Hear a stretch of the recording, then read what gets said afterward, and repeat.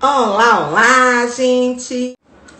Seja muito bem-vindo, seja muito bem-vinda à nossa série Caminhos da Aprovação. E o tema de hoje, o nosso tema de hoje é vestibular e fadiga. Às vezes, eu encontro alunos que me dizem assim: professora, eu até que eu queria estudar, mas eu não aguento mais estudar. O que está acontecendo comigo? Eu respondo para eles: excesso de estudo. Aí você deve estar dizendo: Meriane, o aluno está dizendo que não está conseguindo estudar. Está te perguntando o que está acontecendo com ele. E eu respondo: excesso de estudo, sim. Como assim? Que história é essa de excesso de estudo? Mas excesso de estudo faz mal, professora? Faz. Claro que faz. E o excesso de estudo, gente, ele causa um quadro chamado de fadiga mental. A fadiga, ela é uma sensação, na verdade, mais forte do que o cansaço. E ela pode ser mental ou ser física. Quando ocorre a fadiga mental, há uma redução na eficiência cerebral. E reduzir a eficiência cerebral é algo muito complicado para um jovem que está se preparando, que está numa jornada de preparação para um curso concorrido. Então, veja bem, geralmente, a fadiga mental do estudante, do vestibulando de medicina, do estudante pré-vestibular, aí lutando por uma vaga em medicina, está ligada à pressão emocional decorrente da alta concorrência para esse curso, tá? Mais de 100 pessoas por vaga em média, tá? Mas principalmente porque muitas vezes esse vestibulando, você pode desconhecer os detalhes dessa jornada de preparação, de se organizar para essa jornada. Então a fadiga mental é um processo de desgaste, muito desgaste. E esse processo ocorre, tá? Em função do excesso de informações que o cérebro anda recebendo, sem ter tempo de descanso. O cérebro está sendo, tão convocado que está faltando tempo de descanso e gera esse quadro de fadiga mental. Para você ter uma ideia, nesse tempo, nessa modernidade, eu chamo de, em tempos de redes sociais, notificações e multitelas, para onde a gente vai, haja tela, tá? O estudante, ele termina vivendo sobrecarregado, soterrado de informações que vão invadir, tá certo? Vão invadir os seus sentidos a todo momento. E nem sempre essas informações, elas são imprescindíveis, tá certo? Mesmo que elas não sejam importantes, essas informações, elas desgastam a sua atenção. Porque você tem que lidar com tantos estímulos. E se você não tem, um sono reparador, vai acumulando cansaço. E esse cansaço que vai acumulando, termina levando você para o extremo, para essa fadiga mental. O estudante, ele se sente sobrecarregado, tá? E se não tiver uma orientação para lidar com essa jornada de preparação para ser aprovado em medicina, se não tiver um estudo organizado, vai, infelizmente, desenvolver o processo de fadiga mental. Meriane, mas por que essa fadiga mental ela é tão comum em vestibulandos de medicina? Veja bem, porque, primeiro, se convencionou que o estudante só passa em medicina se ele comer livro e morrer para o mundo. Gente, não é assim, tá? A preparação para o Enem ou outros vestibulares é, de fato, um período intenso que exige dedicação máxima, aulas presenciais, online, leitura, apostila, podcast, músicas para aprender, exercícios simulados. Então, é uma rotina que o jovem vai enfrentar, é uma intensa atividade mental. Agora, Se você faz tudo isso com menos horas de sono, menos horas de lazer e de sono, porque infelizmente existe essa cultura errada que o vestibulando de medicina tem que estudar 6 horas no cursinho e mais 10 horas em casa para conseguir ser aprovado. Ele tem que comer livro. Não é bem assim. Não é bem assim. E aí o que é que acontece?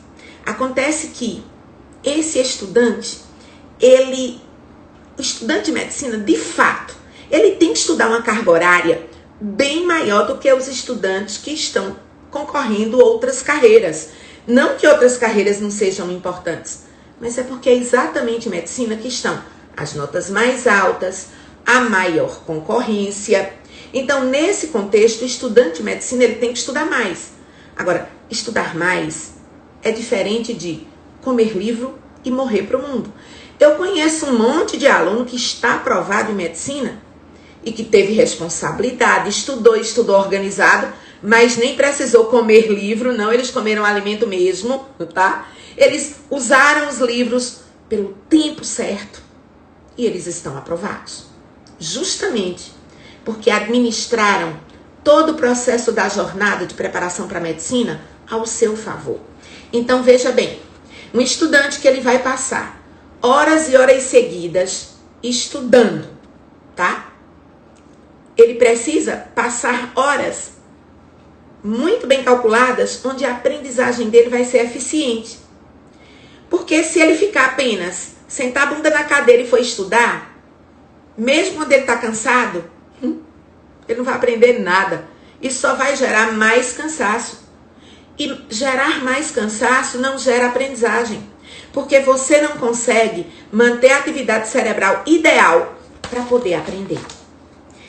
Então veja bem, por que que ocorre mais fadiga mental nos estudantes de medicina?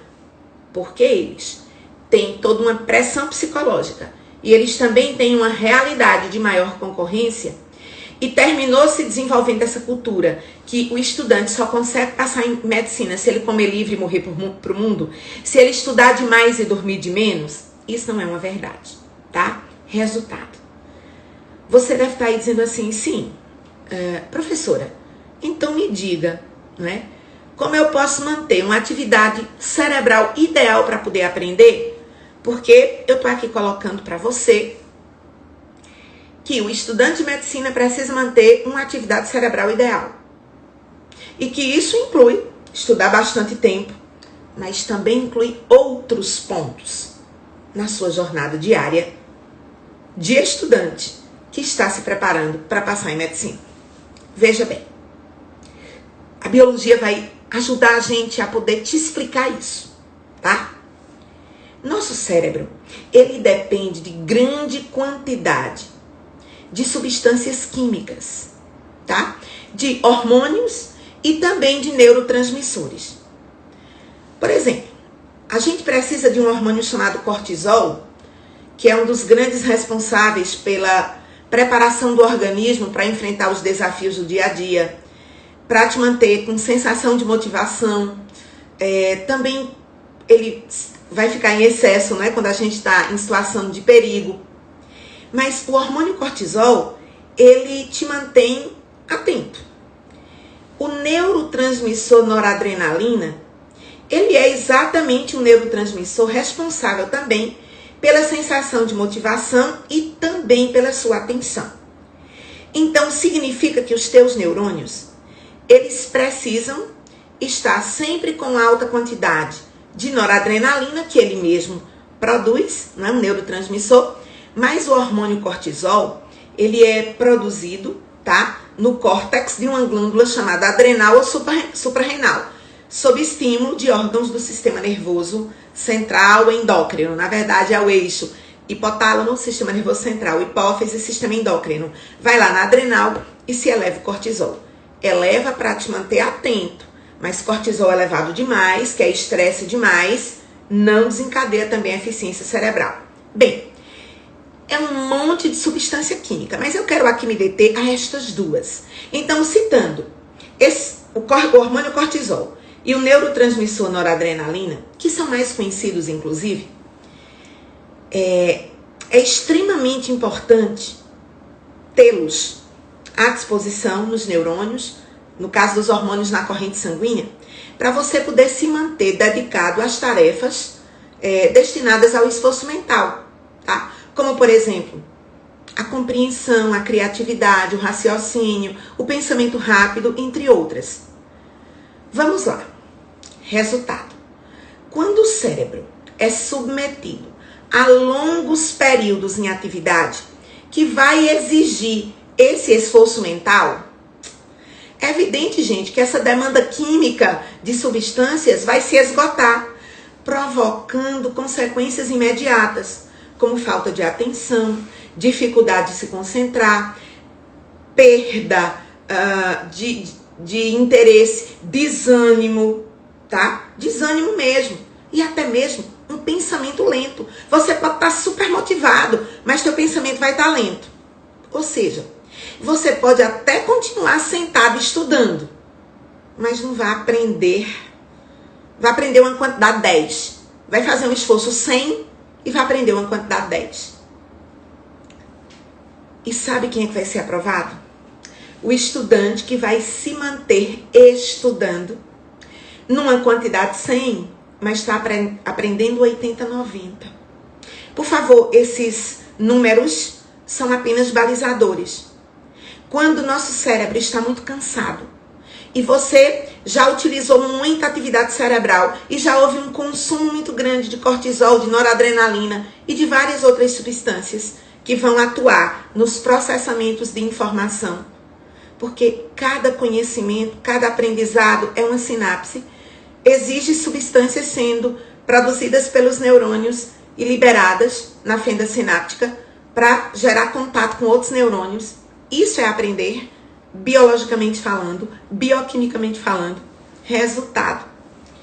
Para você manter sua atividade cerebral ideal de aprender, você precisa de um estudo organizado, com momentos de estudo, times de descanso e times de lazer. Então, tem que ter tempo para todas essas atividades. Aí você vai dizer, Meriane, ok, mas como é que eu, quando estou estudando, como é que eu posso perceber os sinais que o meu corpo está entrando em fadiga mental? Aí vamos lá. Primeiro, fadiga já é um momento extremo. Primeiro você vive o cansaço. O ideal é que você interrompa o estudo no momento do cansaço, tá? E se você tem um horário organizado e um cronograma de estudos organizado, você consegue garantir tempo de aula, tempo de estudo, tempo de descanso, tempo de lazer. Organização é tudo, tá? Mas vamos lá. Quando o vestibulando, ele ignora os primeiros sinais do esgotamento mental e termina esse esgotamento mental apresentando sintomas físicos. Por exemplo, dor de cabeça constante, tá? Aquela dor de cabeça o tempo inteiro. Problemas gastrointestinais, às vezes quadros de diarreia, às vezes desconforto estomacal, tá? Dor no corpo, entre outros. Tudo isso são sinais físicos que ocorrem quando a fadiga mental já está se estabelecendo em você. E aí, gente, eu quero dizer que numa situação como essa, além de toda essa parte física que está acontecendo, não é? De dor de cabeça constante, de problemas gastrointestinais, de uma sensação de dor no corpo, isso pode desencadear para o que chamamos de burnout, ou síndrome do esgotamento profissional, tá? Aí diz assim, professora, síndrome do esgotamento profissional? Mas eu sou estudante, eu sou profissional, não estou trabalhando. Ops! Você é um profissional do estudo, tá? Só que você está usando demais o seu cérebro sem momentos de descanso e pode desencadear desde a falta de atenção a uma sensação de cansaço até quadros físicos piores que vão te deixar muito mal e você não vai conseguir ficar estudando. E eu ainda digo uma coisa, o burnout, quando ele chega, é péssimo. A pessoa só quer ficar deitada, tem coragem pra nada. Às vezes a pessoa tá com burnout e acha que tá com depressão. Não. Está com esgotamento, tá? Um processo de esgotamento, processo de fadiga mental, que foi tão exacerbado que terminou desencadeando um quadro, não é? Uma síndrome de esgotamento profissional, que é burnout. Resultado: quando o cérebro entra nesse processo de falência, tá certo? Não conseguindo mais estudar, nem mesmo sua disciplina favorita. Tudo aquilo que você mais amava fazer não é mais tolerado pelo fato do cérebro se encontrar no limite. No limite mesmo. Mas eu sempre digo que é preciso perceber esses sinais de esgotamento antes de atingir. Aliás, o sinal de cansaço antes de atingir o esgotamento. E aí, a Bruna disse aqui, e eu marcando neurologista já. Bruna, acho que o neurologista vai dizer que você durma, tem um horário de estudo, mas tem um horário de sono. E às vezes não é um remédio que vai resolver isso, é sua organização, tá? Mas se você tem uma dor de cabeça constante, de repente você pode até ir ao neurologista. Mas muitas vezes a dor de cabeça constante, desconforto gastrointestinal, uma sensação de dor no corpo, tudo isso é sintoma físico do esgotamento mental, da falta de sono. O corpo da gente, ele precisa viver diariamente momentos de atividade, momentos de descanso e momentos de sono, tá? O Braulio disse assim: eu gostei do termo profissional do estudo. Vou pedir salário aqui em casa. Isso pede a tua mãe, né? A dona Frau. Diz a dona Frau, tô mandando um alô pra ela, tá? Diz ela que você é profissional do estudo. Mas é um estudante, ele é um profissional do estudo. E tem muito estudante desenvolvendo burnout, que na verdade, né, foi uma síndrome identificada lá nos anos 70 por um psiquiatra. E ele chamou de burnout, mas o termo técnico é síndrome do esgotamento profissional, mas que ocorre em estudantes, tá? Que é um profissional do estudo. Então veja, gente, ao se sentir muito cansado, pare, descanse, tá? E eu vou dar aqui agora o que eu chamo de dicas de ouro, tá? Do Sinapse Mentoria, para você evitar a fadiga mental. Estude organizado. Tenha uma alimentação saudável. O que é uma alimentação saudável? Comer comida de verdade, não porcaria, tá? Comer comida de verdade. Relaxar antes de dormir com algum chá, com um banho quente, tá certo? Uns óleozinhos assim de lavanda, gotinhas de óleo essencial de lavanda no travesseiro. Ajuda a dormir um sono, tá? Bem legal, é massa pro cérebro. 8 horas de sono diariamente, em média. Tem pessoas que têm outro ciclo, mas 8 é como se fosse o ciclo médio. Destine um tempo da sua semana para seus hobbies, para lazer, para fazer coisas que você gosta. Porque quando você está fazendo algo que você gosta muito, tipo brincar com cachorro, ir para academia, sei lá, fazer alguma coisa que você gosta muito, isso é super positivo. Porque você vai se encher de substâncias, de dopamina, de endorfina, de substâncias que lhe dão prazer e combate esse cansaço mental que pode chegar no processo de esgotamento, de fadiga. Praticar caminhadas e exercícios físicos e, às vezes, durante um dia, você pode não conseguir isso todo dia, mas se você tiver algum tempo para meditação, depois um dia a gente vai fazer uma collab com uma pessoa maravilhosa, tá? Que eu conheço, que trabalha nessa área. E eu acho que vai enriquecer muito a nossa, toda a nossa estratégia de conversar com vocês, de estimular vocês, tá? Gente, o lazer e o sono são fatores essenciais para evitar a fadiga mental. É profilaxia. A gente não toma vacina para evitar, não é? Quer dizer, para se tiver a doença, tiver ela fraca ou até não ter doença. Então, um vestibulando que está na jornada de medicina, ele precisa de sono e de lazer. E isso vai manter o corpo dele mais saudável para que ele consiga continuar tendo uma atividade cerebral ideal. Aí eu sei que assim, eu tô mandando você, veja que eu não listei lazer, sono. Aí você vai dizer, professora, dizer descanse, durma, tenha lazer é fácil. Mas como conseguir, professora, dormir 8 horas por dia com tanto conteúdo de 10 disciplinas para estudar para o Enem ou para um outro vestibular? Simples. Organização e técnica, tá? Organização e técnica. Esse é o segredo, gente. Ter uma organização da sua jornada de preparação e usar técnicas que otimizam seu momento de estudo, que fazem você fazer um resumo mais rápido, que fazem você manter a concentração de forma mais eficiente. Tem um monte de técnica que vai fazer a diferença. E aí eu sempre digo que muitos vestibulandos, eles têm a ideia errada de que dormir é perder tempo. Não!